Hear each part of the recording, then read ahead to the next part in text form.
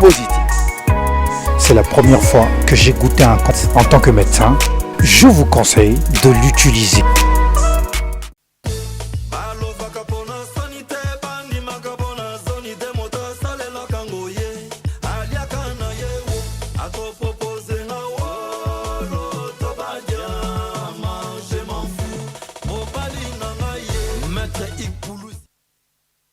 Kobalandi mbote na bino bisika nyonso bokolanda biso na bandako na bino en senet moment to sepeli kokota na bandako na bino sans transition sans protocole ndenge to misala kobeta masolo lundi nyonso na pourquoi pe jeudi nyonso na pourquoi masolo kobeta biso na bino na pourquoi lelo eza tellement ebelé tout simplement parce que vers club de Kinshasa a utaki bongo zo qualification na o etali participation en Afrique donc à Gagnaki na 16e de finale donc à Gagnaki na 32e de finale et permettre siko akogabo kokota na 16e de finale masolo to robeta biso na bino na poko lelo vraiment mingi yango parce que to kozwa temps ya kotie la bino parcours ya SV Club match o ya betaki na Benin c'était le match aller.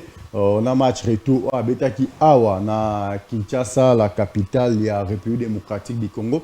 Petroche la bino lisusu extrait il y a dernière séance d'entraînement au ASV Club de Kinshasa à Salaki Troche la bino pe les à côté ambiance na catch vestiaire. C'était comment Petroche la bino lisusu conférence de presse, il y a match aller. Na ya match retour les deux entraîneurs balobaki okaye koloba na bandi o penza biso na notre beta masolo na poko ya lelo yango wana ebo retenir elo mususu ya mukie to pe ya munene ezali première journée pour na ASV Club na cadre ya Lina Foot et beta maki lelo contre Rangers match on ezaki soldé par 1-0 en faveur de l'ASV Club de Kinshasa et prochain match avec club et kobeta mabongo le 26 contre Étoile du Kivu na bandi oyo ngai na bino Robeta Masolo na pourquoi lelo yangwana pas d'invité sur ce plateau pour nous permettre bino bobenga bo mettre ba point de vue na no ba suggestion no topé ba réaction na bino na nzela ya singa na ba numéro oza affiché na se ya bitando bike na bino na bandi bandeko ba oti ko zwa biso tout de suite là au boutaki peut-être libanda bozala que que non les très chers Saint-Père Papidi premier Mika Inunga les motivateurs de tous les motivés les vainqueurs de tous les dangers auti ko bana masolo na lobi susu kimia boboto bondeko ezala au kati ya mabota na bio fidèles spectateurs amis de cette grande émission d'excellence qui est présentée en toute honorabilité. Alors sans plus tarder tolanda conférence avant match kuna na Benin c'était comment na bozongi na biso nga na bino toko beta mo masolo mukepe simanango toko landa lisusu extrait il y a match au beta maki na Benin les deux matchs ont été soldés par 0 but partout que ça soit na aller que ça soit na retour. Cela prouve à suffisance que l'attaque de l'ASV Club de Kinshasa souffre énormément parce que c'est pas normal, c'est inconcevable, voulais-je dire, de jouer des matchs de suite sans marquer un petit but. Et Tchama quitté donc, le club doit travailler très forcément na Oyeta Libongo attaque. Donc le club doit faire un travail d'ardeur, un travail d'arrache-pied pour nous permettre à ceux qui attaquent et bandako carburé babi et bandako kota bandeko oyo ba sepela kanalisa no ande moto pe moto puis parce que bandeko oyo mingi balongwa kana bandako pona kwa na stade mingi baela kana babi baela ka ba waite. Si vous avez suivi le match retour il y avait club Awa na kati ya stade de Martyrs de la Pentecôte, vous verrez que il y avait plus de wai que de wo. Donc il y avait 4 wai et 0 wo. C'est quelque chose qu'on ne peut pas encourager, c'est quelque chose qu'on ne peut pas applaudir parce que, je l'ai toujours dit, et je ne cesserai jamais de le dire, ce qui reste à faire est plus dur par rapport à ce qui est déjà fait. Le tirage au sort n'est pas encore fait jusque-là. Et bah poule autre quoi et vous avez bandé qu'on a vu ça malgré bien et vous avez une équipe en Afrique, ben équipe à Mickey et Zara sauté. Et comment avoir équipe à Mickey? Il n'y a plus de petites nations de foot, il n'y a que des grandes nations de foot. Alors, il est grand temps. Il y a des dirigeants, il y a ASV Club Megakouye, bah nini balingi nini baza kosala pona ko permettre bana veya tout ba mekakoye ba masolo eza kotambola ndenge donc tout sinapsoka Clément Mali les amis lelo ya kosakanate. Un grand merci à toi grand prêtre pasteur Fiston Mango parce que ibimaki matage kitaki komaki livraison à domicile sans problème. Alors toi en la conférence avant match Il y a Ice Club de King, ça peut être raison pour la continuité de cette grande émission d'excellence qui est présentée en toute honorabilité. Ceci est pour toi, le présidium Sami Sakrochi Mangama Chamoumeno. Un grand merci à vous.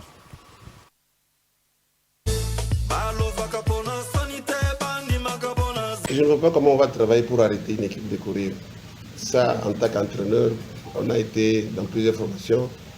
Je n'ai jamais appris qu'on peut arrêter quelqu'un de courir. On peut peut-être stopper les ballons, mais pas quelqu'un.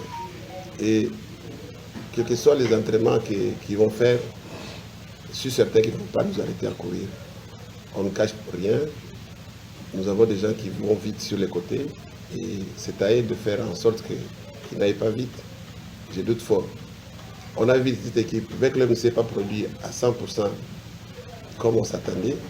Cela se justifie d'abord par la durée. On a passé en terre béninoise sans trouver un terrain pour les entraînements comme il fallait. Nous avons été, je dirais, malmenés puisqu'on n'a pas vraiment eu l'occasion de s'entraîner sur un terrain avec pelouse naturelle comme on s'entendait. Sachant d'abord que Veclub est une équipe très efficace sur le bar arrêté. Et quand vous jouez contre une équipe, se regroupe facilement avec des blocs, vous commettez des fautes. Et ça, on est sûr, il y en aura assez. Contourner la défense de Burkina Faso, je crois que ce n'est pas un problème. Peut-être, je ne veux pas dévoiler ce qu'on va faire demain, mais c'est qu'il est certain qu'ils auront du mal. Ils auront du mal à nous battre ici à Kinshasa. Et je m'excuse, pour les blessures, il y a encore des joueurs qui sont blessés, mais on a un banc riche. Il y a des joueurs qui n'ont pas joué le premier match, mais qui vont apparaître pour la première fois sur le terrain. Nos habitudes à nous, c'est courir. On va faire courir beaucoup de gens. Puisqu'on a vu, on a observé, je ne sous-estime pas l'équipe de Burkina Faso, on a vu une équipe avec des athlètes un peu lourds, très volontaires, ça j'ai admis, bravo, très volontaires, mais on a vu des joueurs aussi trop lourds qui ne vont pas supporter 90 minutes de course. D'abord, ils travaillent, je l'ai dit tout à l'heure, là, qu'ils comptaient beaucoup plus sur les tirs au but. Mais nous aussi, on a des gardiens qui ne sont pas moindres. C'est lui qui est à côté de moi. S'il faut se qualifier sur le tir au but, nous devons aussi nous qualifier. Mais je l'ai dit et je le répète que la séance de tir au but n'aura pas lieu. Mais ça, il y a des amoulaïdes. Dans Singa Baya, Bazako le toque dans la phase de poule. Occasion Yangoul. Baya est belé. Baya ko fingate, Baya ko encourager Bajeune à Bang. Voilà. C'est un coach a dit tout à l'heure. On s'est procuré beaucoup d'occasions au match aller. Mais sous l'effet de la précipitation, parfois on n'a pas su faire le bon dernier geste. Mais là, nous sommes revenus, on a remis des bases et on travaille dessus pour qu'on soit plus calme, plus ici devant les buts. Et je pense que demain, ça va passer normalement. Ouais. Et surtout qu'on aura le soutien du 12e homme, ça va vraiment nous booster afin d'aller chercher cette qualification. Non, nos motivations, elles sont simples. Je vais commencer par là, elles sont simples. C'est d'entrer en phase de poule, de se qualifier pour ce tour. Et on n'a pas double pression, mais on a l'objectif et le devoir dans les buts. Et je pense que demain, ça va passer normalement. Ouais. Et surtout qu'on aura le soutien du 12e homme, ça va vraiment nous booster afin d'aller chercher cette qualification. Non, nos motivations, elles sont simples. Je vais commencer par là, elles sont simples. C'est d'entrer en phase de poule, de se qualifier pour ce tour. Et on n'a pas double pression, mais on a l'objectif et le devoir de montrer à tout le continent africain que non, le football congolais n'est pas mort. Parce que ça va être une grosse faute professionnelle si jamais Vita Club était éliminé demain. Ça va faire 2 grands d'Afrique qui sont tombés. Et du coup, c'est pas... Ouais. Et surtout qu'on aura le soutien du 12e homme, ça va vraiment nous booster afin d'aller chercher cette qualification. Non, nos motivations, elles sont simples. Je vais commencer par là, elles sont simples. C'est d'entrer en phase de poule, de se qualifier pour ce tour. Et on n'a pas double pression, mais on a l'objectif et le devoir de montrer à tout le continent africain que non, le football congolais n'est pas mort. Parce que ça va être une grosse faute professionnelle si jamais Vita Club était éliminé demain. Ça va faire 2 grands...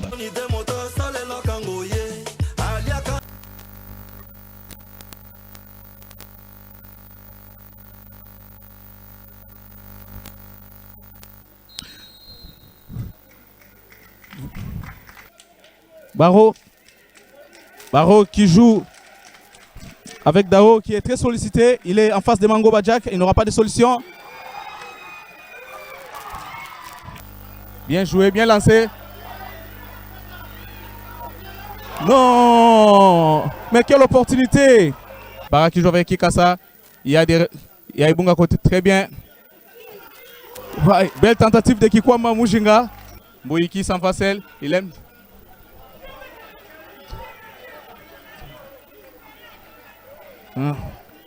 Très bien. Ouais. Kikasa qui efface son vis-à-vis. Il joue avec Kikwama Mujinga. Kikwama Mujinga qui joue avec Ebunga Simbi Saoulé. Farel. Marouf Tchakei. Très bien. Il reste au sol. Très bien. Quelle tentative de Marouf Tchakei ici au stade de l'Amitié. Voilà, c'est parti pour la deuxième période de cette rencontre. Récupération, Kikasa. Bien joué. Malheureusement, oui, qui casse plutôt Mangoba, c'est d'où Mangoba, Jérémy Mbouyi, très bien. Faute. Oh, l'arbitre estime qu'il n'y avait pas faute. Simulation. Kikwama Mujinga qui sert bien Jérémy Mbouyi. La tête.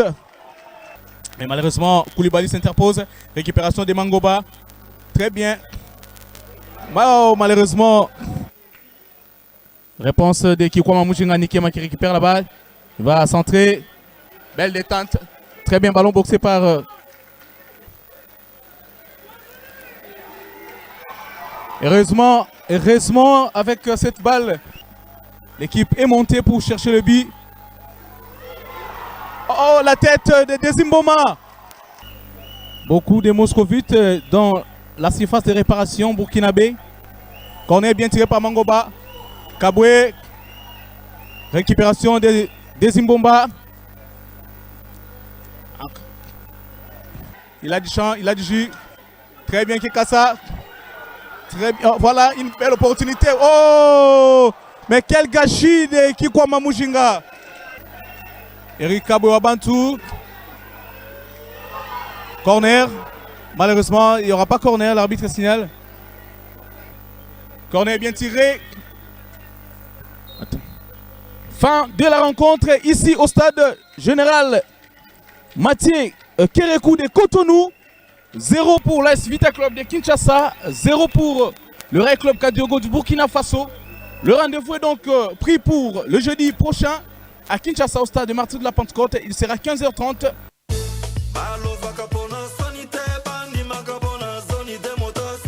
Spectateurs, amis, cette grande émission d'excellence qui est présentée en toute honorabilité. Nabandi Ngai Nabino, Touti Kolanda, le match allait. Je vous avais promis la fois passée que cette semaine, dans le temps, et Labino extrait, il y a un match où il y a Libana. Moi, quand je promets, je réalise. Si vous ne croyez pas à moi, croyez au moins à mes œuvres parce que le sacrifice, tout ça, là, de temps en temps, pour que Labino va image, et bien au cas de Nabiso, il y en a aussi la bande de réunion sur Calamité, pour permettre Bino, pour émettre le point de vue Nabino, gestion Nabino, topé réaction Nabino à travers cette grande émission d'excellence qui est présentée en toute honorabilité. Carrefour Vérénon, mais avant toute chose, permettez-moi de souhaiter un bon retour au pays à mon boss, l'intelligence et la sagesse de la presse africaine, maître Christian Bossembe. Un bon retour au pays et un grand merci pour tout parce que tous les véclibiens ainsi que toutes les véclibiennes se retrouvent à travers cette grande émission d'excellence qui est présentée en toute honorabilité. Carrefour Vert et Noir, mais il y a Motouya, ils ont la bande de Tobo, Kolandabiso de partout, Nabandi, Torofungola, Nzela Singa. Surtout Fungoli, Nzela Singa. Ils ont pour permettre Bino, pour émettre un point de vue na Bino, si je suis en réaction na Bino. Mais tant que beaucoup ça là, vous avez un peu bref. Pourquoi je dis que vous avez un peu bref? Pour constater que non, le roi a eu opportunité. Il y a un côté Nzela Singa qui sait que non. Bande européen bazana simanayo bana besoin ko benga te bango nyonso bazana besoin ko benga parce que cette émission se passe en direct. Il y a une ligne qui est ouverte pour vous permettre à ce que beaucoup tabou car notre souci a toujours été de mieux faire pour bien vous servir à travers cette grande émission d'excellence qui est présentée en toute honorabilité car il faut vers nous en abandé robota qui libanda besoin qui peut-être étant il y a cause à la biso na bandité tout est coaché la bino extrait il y a point de presse Oye Salamaki entre les deux coachs. To sengaki na Nehemi Liwata mutu moko na maboko 20 personnes. Atie azo extrait à point de presse Oye Salamaki libanda mais atie biso extrait il y a point de presse Oye Salamaki awa ndenge babageno maloba mutu ezango évangile te bomonaki l'entraîneur principal ya ASV Club Raoul Chungu a yebisaki bino pe a rassuraki bino qu'il y aura pas de tir au but mais bino moko monde que tir au but et betamaki pour vous dire assez que Oyo Boko Sala eza quelque part bien, quelque part pe eza mabe parce que ngana yebisaki bino awa. Na bitangu toko kota bande kwana ba ko uta libanda ba ko ya awa mututu asala musala na totika triomphalisme totika kimukadesisme donc to sala musala na ndenge elongo bani mais le quoi triomphalisme ezwaki place na kosala musala bomoni oyelekaki. Triomphalisme samagi pourquoi j'avais demandé à ce que bandeko oyo bokotaka na se amali boke ko solana bilima bokota na samai bozinda binga bo solisa bilima mais na moni bosala qui ont parce qu'il y avait que des wai à la place des wo so totali extrait il y a match aller on a la note au Tikolanda il y avait au moins 5 wai wo atamoko et salama quitté bandeko pe bo mataka zamba ya forêt équatoriale po boke ko solana ba kisimbi Bokendo sona ba kisimbi nonge bo sola ki langage ba kisimbi te parce que ba wow ezate ka ba wai bande ko pe bo matango mama ngenge ngelo ka mama Rose Ngoya boke ko ka elongia ya nkolo Yesu Masia pona ko ka ba solution ya ASV Club de Kinshasa na moni bo sala ki ngote mama Rose Ngoya yo pe on ndo sala ki ngoka raté alors cette fois-ci avec Club a koti na phase de poule toko lo bango na munoko toko beta masolo mais eza phase ya banganga to yebi dans te jusque là ndenge biso na catholique to lobaka to milengele malamu bandeko po to yebi ngonga te to yebi mokolo te to yebi petango te na bandi bana mama nyonso sika bo kolanda biso ba to kutanga mino na tongo na ba 6h na ba kita 6h to kenda luka elongia kolo Yesu Masia pour comprendre le message au le très cher Saint-Père Papidi premier Mika Inunga le motivateur de tous les motivés les vainqueurs de tous les dangers a oti ko yebi sabino mais na bandeko bo utaki libanda parenthèse entre fungola quand to kanga ki ngona nteto tchela kibino extrait il y a conférence de presse o esama ki avant match conférence de presse to tcheli match à Benete to tcheli match awa ya Kinshasa la capitale pe to tcheli bino lisusu mbala moko to landisi des images extrait ya match ya Libanda bomoni otolobaka la fois passée na JD Mabiala umba o kozana biso la semaine prochaine azako annoncer déjà le lundi prochain tozana Jean Didier Mabiala umba awa na plateau ya Congo Bezo télévision ensemble avec lui tokobeta masona ndenge longo bani na moni Jérémy Toukadiaou a vu fuite de Mahomet pour des raisons oye moko ayebi et le buteur de la prolongation Jacques Droma na ba Jacques Nunga le très célèbre que son âme repose en paix na bandi allez-y comprendre quelque chose, mais ce qui est fait bah, des fiaranzam était onzamba ça la permettait que ça les mains et ça man on a que depuis quelque part kuna na kolo le kolo kuna drapeau za la ramoko ba ange ba beta maboko tango moko kolo Yesu akumi sagana ASV Club de Kinshasa ngo ba imba kembo na kembo kuna na veya donc ils nzambe banda awate et banda kuna likolo taso les très célèbres zaïna Ederingman mais quelque part on a dit que non. Qui avait fait un travail sur cette terre des hommes, donc coup de chapeau à toi fils, allez-y, va de l'avant, salam moussa ndenge longobani, alors on a bandeko tout, beaucoup l'andabiso nangonga oyo, babi que Vecleb a beta qui n'a pas quoi lelo. Match à souk et beta maki lelo, Vecleb a gagné qui Rangers par 1-0. Alors, quelque part, on disait que Vecleb encaissera toujours, il faut marquer deuxième but, toi ça la rajoute, il y a deuxième but pour que équipé à l'impestable parce que dans mon quand on a rebangé Rangers qui a scoré comme ça match comme quand le match est vous comprenez un peu hein donc comme mbutu Chimvun de Kota na kati marambo belé mais vous comprenez que malgré ba Chimvun de Kota qui avec le bazar toujours un système ndundu kumpala mujimu ndinga mukete alors o et salama que non la première sortie de l'ASV Club un succès parfait parce que Vecleb est rentré avec 3 points. Donc, championnat et bandi, ceux qui ont négocié championnat normal. Et pour permettre que la saison prochaine, tous ont la Champions League. Au Jacques Doma, mais ça n'a pas compétition, il y a première zone. Et ça, c'est bandi qu'on a tout à tout puissant, mais c'est anglais. Bazali na championnat première zone, mais le roi Milingela qui m'a la mouté, bango va quitter na bango na championnat, il y a seconde zone. Alors, ils ont pour na kosega bango te mais toti ka mutu na mutu, asala musane mutu na mutu, azana place. Un bienfait n'a jamais été perdu. Le bien mal acquis ne profite à rien. Ceux tout puissant dans Manglebert à l'écart place à l'écart, boyi masole betamara na lina foot, boyi masole ça mara na fekofa pour azwa place ou azwa gamin. Bazon ça déjà coopération à SV Club Azala champion. Cette saison encore, il y a encore des litiges. Comme il y a des litiges, babi malédiction les Hollandais, tu étais sur Hollande pendant combien de temps mais ils en ont encore jusque là seul club, seule équipe congolaise ils ont représenté la République démocratique du Congo dans la Ligue des champions africaine. Ils ont ASV Club de Kinshasa et Sengoto et Sengoté. Alors bon bête la maboko, on a place pour Ali parce que le bimu djimo ils ont salima, n'engé moko amukete mais on doit travailler.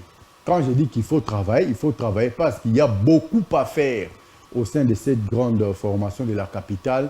Au monde de temps en temps, tout le belara mingi section foot, d'autres sections. Maboko za ko fungwama. Ndenge bande kwa section foot ba benga rabiso, bande kwa volley, bande kwa basket, bande kwa hand, bande kwa judo, bo benga, boyeli biso pe ba information na bino, ba image na bino. On va travailler dessus et te représenter à travers cette grande chaîne. Parce que partout. Malgré nous avons une multitude de chaînes aujourd'hui, la République démocratique du Congo, Congo Base Télévision est s'imposer.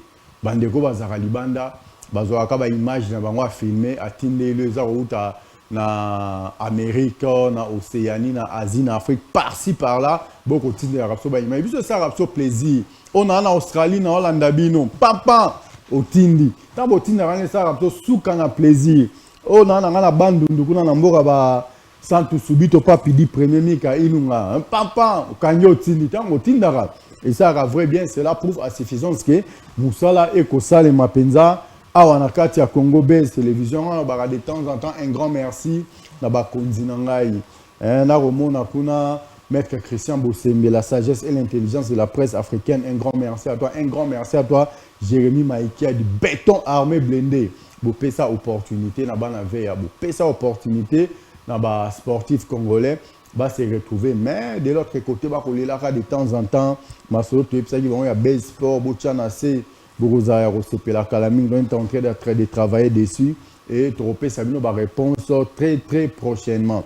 Alors sans plus tarder, tout le monde a extrait, il y a entraînement, non, tout le monde a extrait, il y a match. Match en tant que la bino, Trozon et la bino sur un match. Pourquoi on a vu Trozon et la bino sur un match? Parce que les matchs OSCP, ça va avec les biens, dans le stade, vous comprenez que non, Salamagi Mukoloana, en tout cas, le match était très pharmaceutique. Laboratoire et Kotaki, Moutouabela Moutoupas, Moussouba Kissa Liboumou Passi, Moutouabela Lokolo Passi, Mousseleva Kissi à Liboko Passi, il y a un laboratoire et tout ça qui n'en on doit se le dire en face. Donc, il est grand temps, to bandi l'ina foot, avant to kota, baba sala nini, comment dirais-je, avant ça tirage au sort, to yeba avec les bazans la poule nini, à Koutiana ba équipe nini, c'est le moment. Babi qui veut aller loin ménage sa monture, la répétition est la mère de la science. Bandegonapsopé armée va la discipline et la mère des armées. Donc il est grand temps. Bon ça la penza moussa la ndenge longo. Toi c'est que non, tu commis la veille. Ne te remonte raisonner trop ça la nini. Comme ça ne va pas. Comme ça ne marche pas. Hein, les hasards na foot ça n'existe plus. Foot à l'élo et comme foot moderne. Et comme foot moro Android. Sur le système à foot il y a Kika la casa. Ndeko. Nous sommes à théâtre traité, hein, Émile Iwata. Nous sommes à théâtre traité. Il est grand temps de travailler, de faire un grand travail d'arrache-pied pour nous permettre de tout beaucoup de partout. Hein, même dans la Grande-Bretagne, ici, le grand prêtre, le pasteur Fiston Mario, dans Jean-Liki Lungangeli, foot à l'élo et comme foot moderne, foot Android, foot à Kikalakasa. Il faut que nous parler sur la Congo Base Télévision. tokosala mujimu na ndenga mukete babi chimvundu et continuer chimvundu, mais avant toute chose mujimu quand les tokobeta na système ndundu kumpala pour permettre avec bien nyonso ba se retrouver na ngonga oyo. Alors sans plus tarder, tolanda extrait il y a Nemili Wata. Comment to se pesa wana tolanda extrait il y a match au ebeta maki le match qualificatif. Maintenant, na sepela qui avant tolanda extrait un match qualificatif wana no tolanda ngo tozongi ya binongo na suka mais tolanda on a le kolamusa ba avec bien au bozana ndaku bozali ya kosomnole moi muke mais na retour na biso to fungwa déjà nzela asinga comme ça to permettre bino bo mettre ba point de vue na bino ba suggestion na bino to pe ba réaction na bino.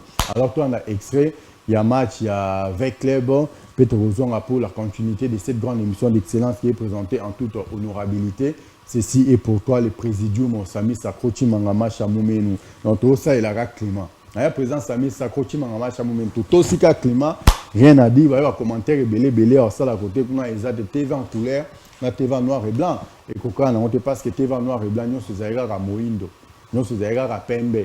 Mais il y a les lozo là non, il était comment? Na bandi vous comprendre déjà ma solo ndenge za robeta mais ça va système va bien prêt. Alors tous les cartons extrait il y a match retour avec les on a ça de marqué de la Pentecôte au Pétrozon pour la continuité de cette grande émission d'excellence qui est présentée en toute honorabilité. Ceci est pour toi le présidium Sami Sakrochi Mangama Chamoumenu. Un grand merci.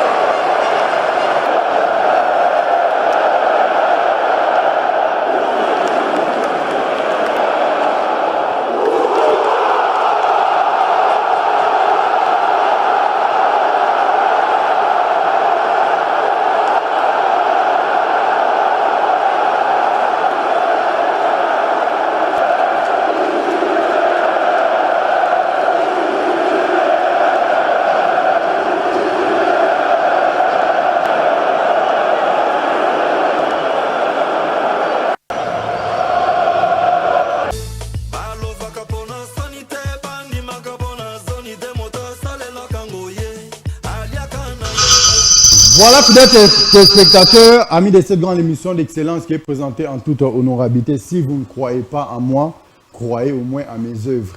Si vous ne croyez pas à nous, croyez au moins à nos œuvres. Là, je profite de cette occasion pour dire un très grand merci à toi, le présidium Sami Sakrochi Mangama Chamoumenu, pourquoi pas à toi, Simo Templar, Balobi, Tosala Moussalo, Bisomi Balé, Naebi mobilisation Tosalaki, mobilisation Salamaki Awa, la Congo Bezo Télévision, mobilisation Salamaki Kuna et pas aux Alaka, moi fruit nango.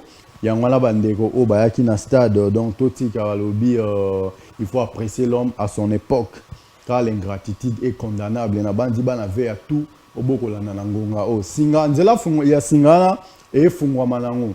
Mais bino ba ebola na rabiso, bomona ramusala o le très cher Saint-Père Papidi premier Mika Ilunga, les motivateurs de tous les motivés, les vainqueurs de tous les dangers à Salaka pour na AS Club de Kinshasa. Bomona Ramusala au Simon Templar Malekusa. À ça la rapport à ASV Club de Kinshasa. Boyaki Belé. Maintenant Belé au Boyaki. Et ça à travers Mbela au Tindaki. À la Congo Base Télévision à travers Mbela au Simon Templar à Tindaki. Du côté qu'on a place à Zalaka. Alors, pas trop de commentaires à faire là-dessus. Na bandi mboka na mboka. Et ça na ba continent. Surtout avoir leader d'opinion. Surtout le bino avec les bien boyo karabiso parce que tout sur l'Arabie son bino langage moro tout ça la kao bino bolingara tout ça là on est là pour servir ASV Club et non pour servir les individus. Alors na bana ve à tout tout ko na biso na bino les matchs qualificatifs où il y a ASV Club de Kinshasa na bandi nzoto moko na maboko batu 10 Nemi liwata ba Nemi auto chela no extrait ya match wana. Vous avez remarqué Mamboto Sola na Jean-Didier Mabia la Umba na plateau la fois passée, yango. Mamboto Solo là qui na le buteur de la prolongation Jacques Dromois la fois passée, yango yo. Il n'y avait que des Wai à la place des Wo. Bande robot tinga ba message, so ando tinga ba message héros, bo mekambe ko ambrienga moi que j'ai des téléphones à la mesa. Alors à travers ces deux téléphones on a échanger. L'émission se passe en direct. Il y a une ligne ouverte qui va vous permettre de mettre vos points de vue, vos réactions, pourquoi pas, vos suggestions. Mais je vais assez que vous puissiez émettre des points de vue constructifs. Hein? Soyez objectifs et non subjectifs. Si vous avez des comptes personnels à rendre avec Mika Ilunga, Bostalango Libanda. Si vous avez des comptes à rendre avec qui que ce soit, Namile à ASV Club, Bostalango Libanda, pas à travers cette grande émission d'excellence qui est présentée en toute honorabilité. Donc, sur auto-cité, auto-lobby, vous verrez que Torokata Nabiso, Tolekina, étape suivante, c'est comme ça que ça va se passer. Il y a des numéros qui sont affichés. On a assez habitants de Biken, Nabino, numéro Mozakoto 089, numéro Mozakoto 082, ban numéro où il peut permettre Biso Nabino, Tobete la Masolo, pendant la pourquoi Lelo, Yango, na bandi bo comprendre que nous président Omba, Olo, Binadam. Au sentir que non, deuxième près, quand on a plateau, ça danger, les très chers Saint-Père Papidi, premier Mikaïl, on a fait ça beauté, et pas à passer fistement, repasse qui bimaki, matake, kitake, comment qui livraison à domicile, non problème. Avec club de Kinshasa, à Betaki Lelo, contre les Rangers. Le match a été soldé par 1-0 en faveur de ASV Club. Et comme on a Tamoro, nous en avons besoin d'un goal à virage. Et comme on a Tamoro, nous en avons besoin, il y a là, paramètres ébélés au boyer, la même nombre de points. La confrontation directe, c'était comment? Donc il est grand temps, équipe. Il n'y a pas de petites équipes, ni de petits clubs. Les clubs, nous aurons à D1, ils sont tout en D1. Mais si vous jouez équipe sur le plan numérique, il y a des supporters. Et ça, la poigne avec les il faut que damé. On n'a pas encore joué dans un club Motema Pembe, on n'a pas encore joué tout puissamment aimé Anglais, on n'a pas encore joué Lupopo, on n'a pas encore joué Renaissance du Congo. Hein? Donc, on va équipe belé, on a tout ça au banda. Na équipe, par exemple, supporter c'est belé, il faut savoir faire la part des choses. Pour surtout c'est la part des choses, Lélo. Le but quand je dis la part des choses, il faut scorer plusieurs fois. Hein? Surtout tali trop bien, vous remarquerez que avec le club de Kinshasa, côté attaque, qu'on répondre vraiment qu'est-ce qu'il faut faire pour nous permettre le club et nous répondre positivement sur le plan offensif. Car la Babenga avec club attaque mitraillette. Tu as besoin d'attaque mitraillette, tu as une zone à score à 1-0 là, et ça la peine l'invité. Hein? Et là, le roi vous checker par hasard. Là, la recette dans la bino, tu as un système, il y a un score mata. Alors, on est comme à côté na singa. Alors, il est parti. Voilà. Donc, il a quitté que Banzela singa nemi liwata banemi et fungwami déjà pour nous permettre na bandegonyo so boko landa biso na banda kuna bino en senet moment to ebite ndeko sera benga ki to pas bipaki mais avant au bipé au mitali na âge na yo est-ce que au bipé benga et kozala eloko moko bien so ki posa ma makasi ya ko benga te au salinoka message ba message to tanga kana biso après match ndeko mso akoti na nzela singa. Allô, voilà coopération we bandi. Allô? Allô, bonsoir, Mikaïlunga. Bonsoir, papa. Yo penda sego, il va bien. Souci na wezani papa.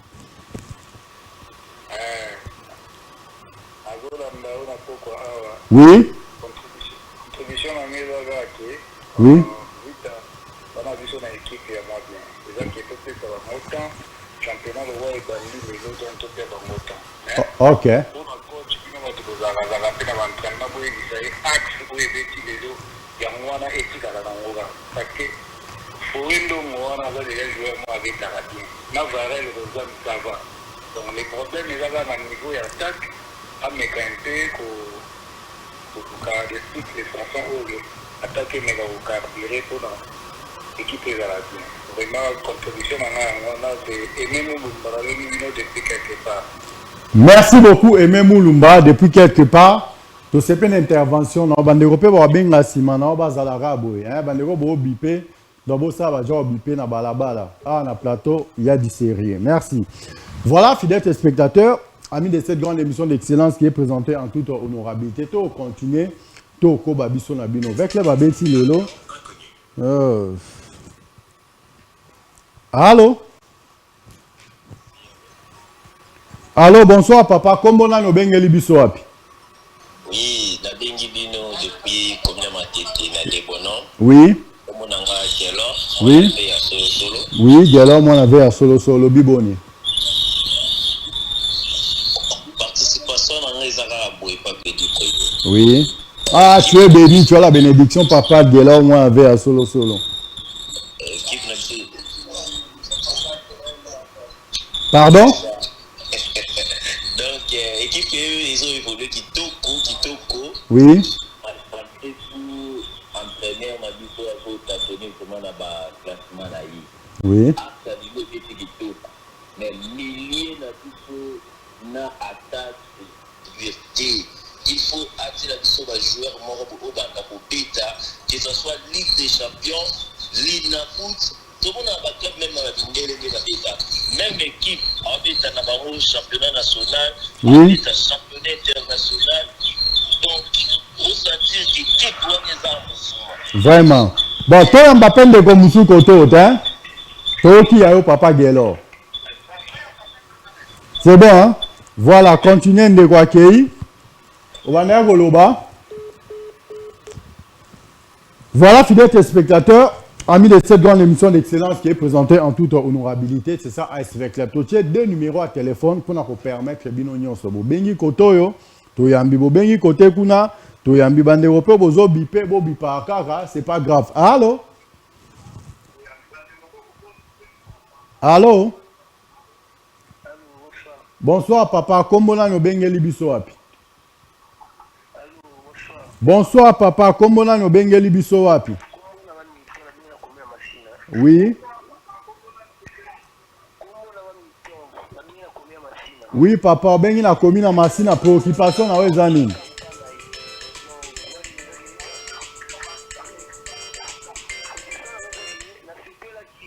Oui.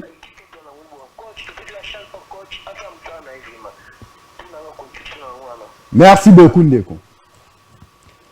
Voilà, fidèles téléspectateurs, amis de cette grande émission d'excellence qui est présentée en toute honorabilité. Ça va se passer comme ça.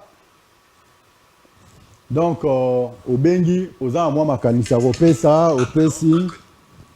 Oh. Allô? Bonsoir, papa. Comment on a Obengi Libiso api? Tu as un côté, tu as mi balé, hein? Comment on a Obengi Libiso api?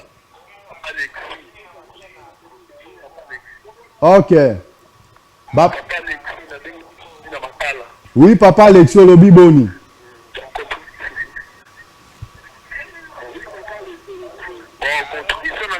Oui, ndeko, nazo kabino boami balé. Soki bo lobi na yo kibino moyen de répondre, on répondre o ezate.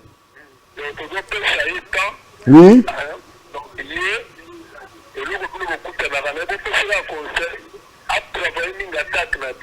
Oui.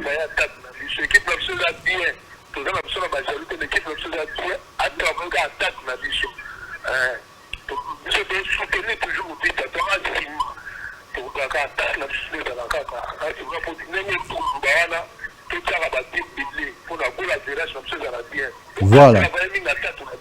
Voilà.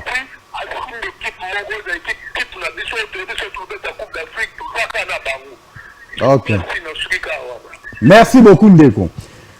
Voilà, mon directeur Jérémy Béton Armé Blindé. On a besoin de comprendre que nous avons tellement ébélé. Ce qui est miracle, c'est Rosala. Tout va au moins 30 minutes supplémentaires. Parce qu'on doit te préparer l'image ébélée. Moi, je vais tout simplement parce que Bandeko va rebenga par-ci, par-là. Tout ça, là, pour nous répondre, on a besoin de Bandeko Nyonso. Bakubenga biso na Masina, na Kimanseke, na Changu, na Makala. Donc, on a besoin de masozo comprendre que Bandeko va rebenga biso de partout. Mais, Bandeko na soit paradis, boza, là, la nandenga mkete présent Petrus, bola muka. C'est paradis. Allô? Allô, bonsoir, papa. Comment on a nos bengeli biso api? Oui, bonsoir, papa. Na commune à Kinsenso, hein? Oui, papa, Olobi Boni.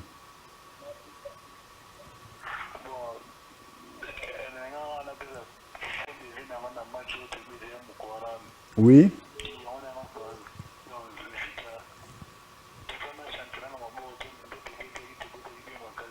Ok. Merci mon frère. Et que na lelo danger. Au bengo zana au bref. Bande européen ba ya sima monde comme ça zana sima na zone ya kota. Tout que la épée à kota. Merci beaucoup Ndeko. Voilà fidèles téléspectateurs, amis de cette grande émission d'excellence qui est présentée en toute honorabilité Balobi. Paradis ne tombera jamais. Qui a dit que paradis au coin? Allô Petrus, bonsoir. Hein? Petrus, Penzo, la que non, paradis ne tombera jamais. Bonsoir, Olobi Boni Petrus. Bonsoir. Oui, vous avez tous la bénédiction papale quand la paradis Biscabo Rolanda Bisso. Souci n'a bien les années, présent Petrus. Oui. Oui. Oui.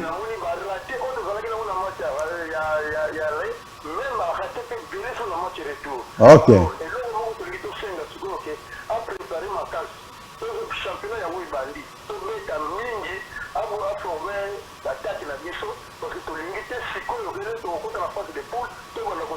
C'est le moment à préparer attaque bien, comme ça la phase de retour, la phase de poule, cause à la carte. Merci beaucoup, président Petrus. Toi, on m'appelle le roi Zako. Tu attends de l'eau au canapé. La fois passée, le Kimali plateau, ça n'a pas m'embrouillé. Merci. Allô? Bonsoir, papa. Comment on a nos bengeli bisowapi?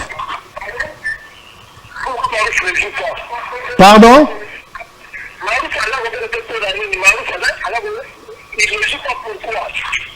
Ah, papa, nous autres, Zarana, Boko, nous sommes nous autres, Beli, nous avons un terrain, hein?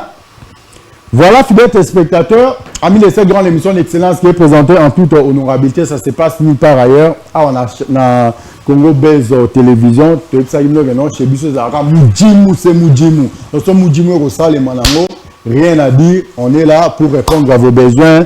Là-bas, si je suis là, nous sommes besoin de allô? Bonsoir papa, comment on a nos bengeli bisowapi? Voilà, il est parti. Donc, on négocie nos comptes alors vérifier, imiter, tu dis que comme il passe, il va mini tout réseau Pesalara. Sarah Mbombo Sarkozy, tambour, maman, a subi na splendide, na banzi, au qu'on a depuis mon foula. Selon le benga, au Talinan, est-ce qu'on a tagi tout réseau? Est-ce que va mini tes ailes et belé tes âmes, que son continue un système, il y a allo, ok, et ce parapenza, moi trop. Alors, tout autant, tu la bino extrait, il y a match au Vecleb à Beta qui le match retour, la banzi Bomoni. Bandeko bako benga bako intervenir et belé bako lela attaque avec l'aide et ça pour répondre vraiment té. Alors le gars attaque et ça répondre té et c'est ni Moussala et Zamakasi. Allô bonsoir papa comment on a le bengeli biso wapi? Oui bonsoir papa comment on a le bengeli biso wapi? Oui pomba de ba masina sifoko lobi boni. Oui olobi boni.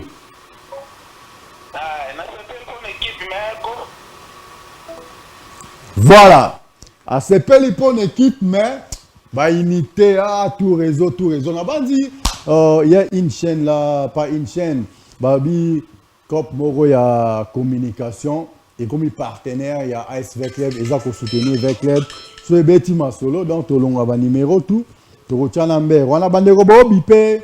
Sentir pas de bipé. Au vani na sentiment na au katim tout muso ngaki benga. Alors, marambo malunga apé sa point de vue na a émettre suggestion na e topé réaction na yo vandi kuna musano tata mobimaka ko biper est-ce que c'est normal na âge na obipaka en tout cas si tu veux biper master na za pembeni na to biper baba to bipaka libanda e ko sala bien awa en direct on bip pas papa benga opesa makanisi na e ko zala penza et le moko a bien alors toto tia no extrait ya match avec le bas jouer aujourd'hui contre Rangers 1-0.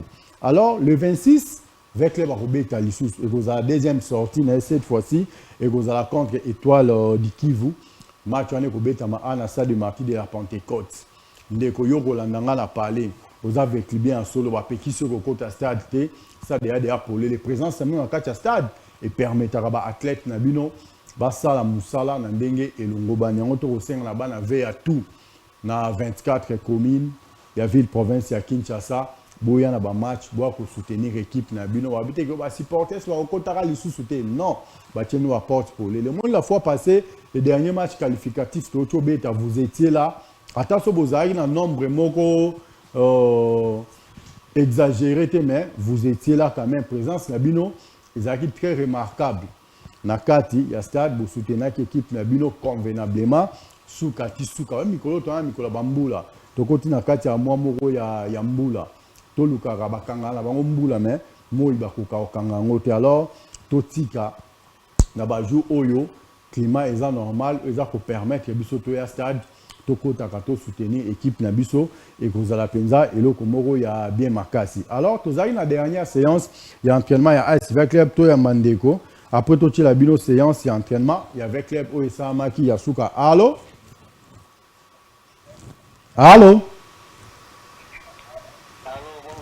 Bonsoir papa, comment on a nos bengeli biso wapi? Na monga fula?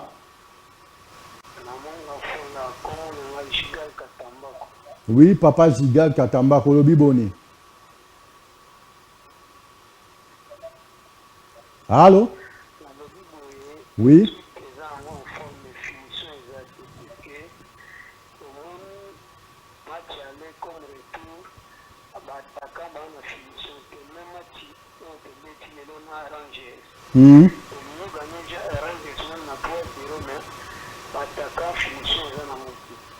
Ok, ça va. Merci beaucoup papa.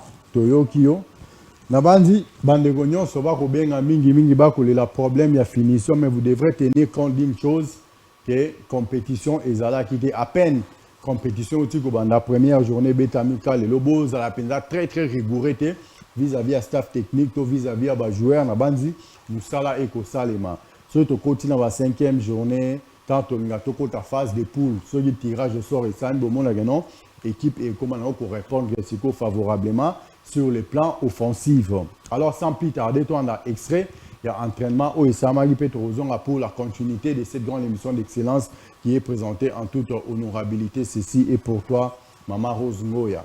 Mingi na Bosanité, Sarah Mbombo Sarkozy, Maman na sublime na splendide depuis mon ngafou la boko landa biso to pesi bino pe ba mbote ebele ya ebele bandeko botie ba appel bozi biso to landa nanu extrait ya entraînement pour atteindre to promettre une entraînement to tchela une de to yamba bino tant to kozonga merci ouf Nemili wata toleka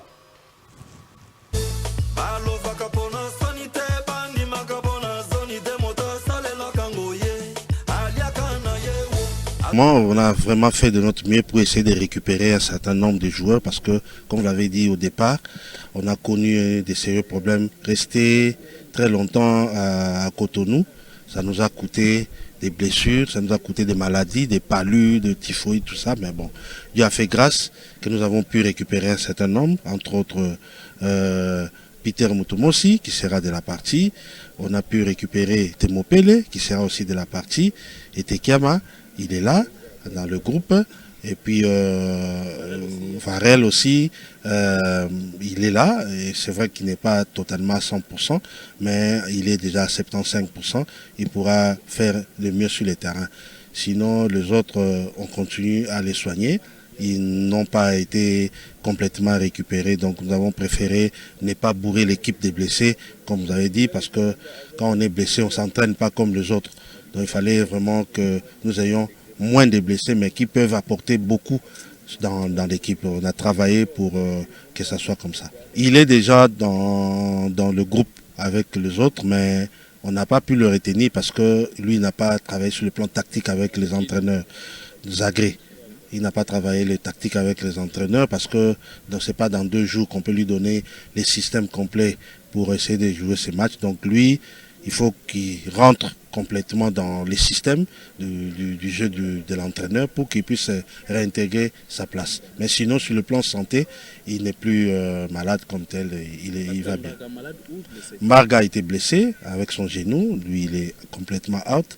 Et demain, on va passer encore l'IREM pour voir c'est quel type de blessure et comment le prendre en charge et quel sera le temps de repos pour qu'il puisse revenir sur le terrain. Il a récupéré, il s'entraîne déjà dans le groupe. C'est comme j'ai dit, les 2 semaines et demie qu'on a fait à Cotonou, il n'était pas avec nous. Donc les entraîneurs ne l'ont pas intégré directement pour le groupe qui va jouer le match de demain. Mais sur le plan santé, il va bien, il a récupéré, il s'entraîne avec les autres. Donc voyons le voir peut-être au début du championnat ici. Et Prince Mwanda, le Brazzavillois, il va reprendre, il sera dans le groupe. Je pense que les matchs qui vont suivre, les supporters vont le voir sur les terrains. D'abord, moral est vraiment calme. Cette année, d'abord travail dans la discipline. D'abord, moral est bien. Match aller déjà et c'est l'équipe toujours concentré. Match n'a vu à lobby à retour. D'abord, tout ça vraiment déterminé.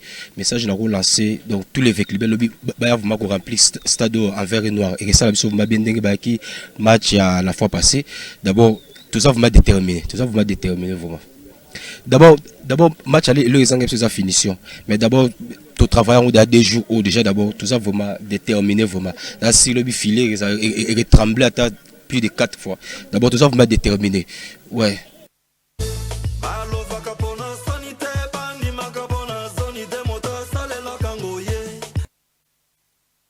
Spectateurs, amis de cette grande émission d'excellence qui est présentée en toute honorabilité. Beaucoup l'ont biso kuna na Changu, beaucoup l'ont biso kuna na Moamba, beaucoup l'ont biso kuna na Funa, beaucoup l'ont biso kuna na Lukunga, Abiska tozali na kati ya siège. D'abord institution na bandi ya Roloba ezalaki belé to sali oyo biso to rek ko sala na poko lelo pona ko répondre na besoin na bino bo temps ya ko benga biso po bo émettre ba point de vue na bino ba suggestion na bino ba réaction na no ba ndeko ba kuna na Grand Kasai.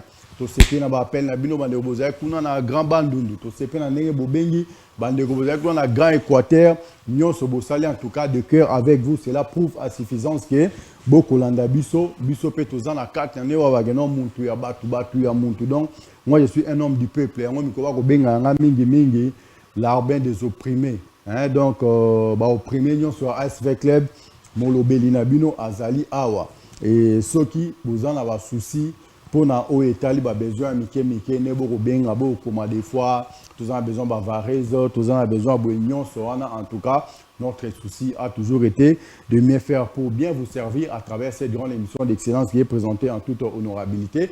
To promettre nous autant de choses ya kotiela bino na pokwa lelo totiela bino ambiance ya vestiaire totiela bino point de presse totiela bino entraînement. Nous avons au moins 2 séances d'entraînement totiela bino match point de presse oyo esalamaki kuna na Benin totieli bino na tout simplement parce que ta ya kosola biso na bino na nzela ya singa eza penza mingi amoni Nemi Liwata akosala biso déjà signe kuna mais trop attend ya kozala notre directeur Jérémy Maïkia du béton armé blindé to epse kenon bana ve abakolela mingi soko bakiseli bango moins 30 000 supplémentaires et kosala bango penza vrai bien comme ça banda kozwa temps ya ko émettre ba point de vue na bango ba suggestion na bango to pe ba réaction na bango à travers cette grande émission d'excellence qui est présentée en toute honorabilité. Donc to tchela kibino extrait ya match aller au vekle ba betaki libanda auto prometaki bino to sali angole to tchemno match retour extrait ya match retour ezaki match qualificatif bien que qualification soit qui n'a pas si mais to tcheli bino extrait ya match wana bolandi on to va to tchemno extrait ya entraînement to tchemno extrait la dernière séance d'entraînement au AS avec les Basari to tchepe point de presse moko ya awa ya kuna to tchela kibino tena séance d'entraînement monsieur tika to tchemno tout simplement parce que et bonga to fungola nzela singato pesa bino ndingisa ya ko émettre ba point de vue na bino ba suggestion no to pe ba réaction na bandi papa venant mbongo bisko kolanda biso kuna na lingwa la na Dodoma to peso pe ba mbote belé na papa mususu wa mukolo za peme na papa Doula o akumisa rane renaissance équipe bana mike mais papa mukolo zo kumisa papa venant o pesa la biso ba mbote belé ma mbote ebelé la bande konyo soit M Power auto travail kana bino de temps en temps pour que nous autres et garder toujours formé. Là je vois maître Ken babi charge à bon marché na peso mbote belé balobi lourd Zimbabwe bambote na pourquoi pas na lourd énergie to peso mbote pourquoi pas na americano Yannick balobi yo pe bambote na be na bana M Power nyonso to bosali pété champion chansar maboko mabe bambote na bino biska nyonso boko landa biso na ngonga o mingi kuna na kati ya chantier M Power parce que kuna ba sportif congolais nyonso basangana quelle que soit discipline on toyaka pona kokabola sentiment. Je crois que très bientôt na kati ya B Sport to zapeta ya kokita na M Power to kolobisa bino toyeba qu'est-ce qui se passe là-bas au juste.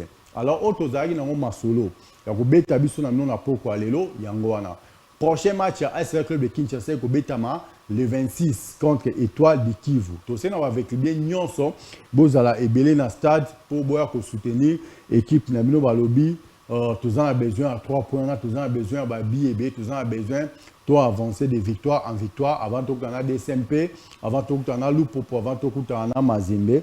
To souhaiter qu'un bon retour au pays à notre boss Maître Christian Bossembe, Nabana veille à tout, en tout cas de cœur avec vous, Nabo Sanité, la locomotive puissante qui charrie plusieurs wagons, excellence, sa belle machine, l'homme au cheval, bien pourquoi pas, l'imbattable est brillant plus fort que l'OTAN et l'ONU, mais c'est propre John Balou, quand ils avaient partenaire, bon, bah, ça, la raquette, tous à la de temps en temps, puis Jérémy, Tukadiao, Tokutana et pas Munda Bilobi, na peso Wambo Tebele Biska, Okolanda Biso, Bandekona Biso, Nyonso, Mingi, Nabo Sanité Mokonzi.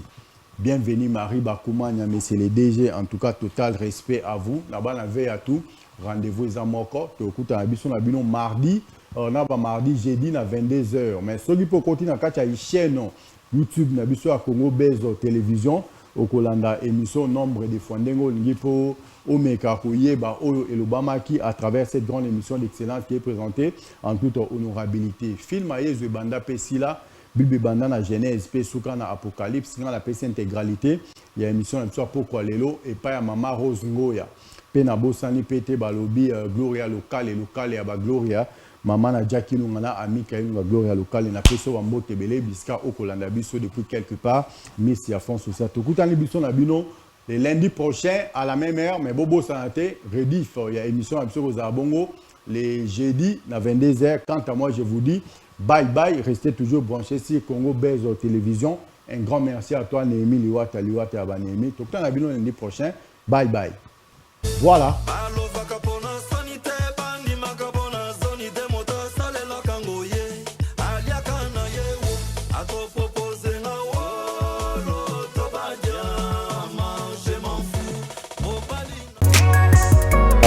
Pour le diabète, en tant que médecin, je vous conseille de l'utiliser.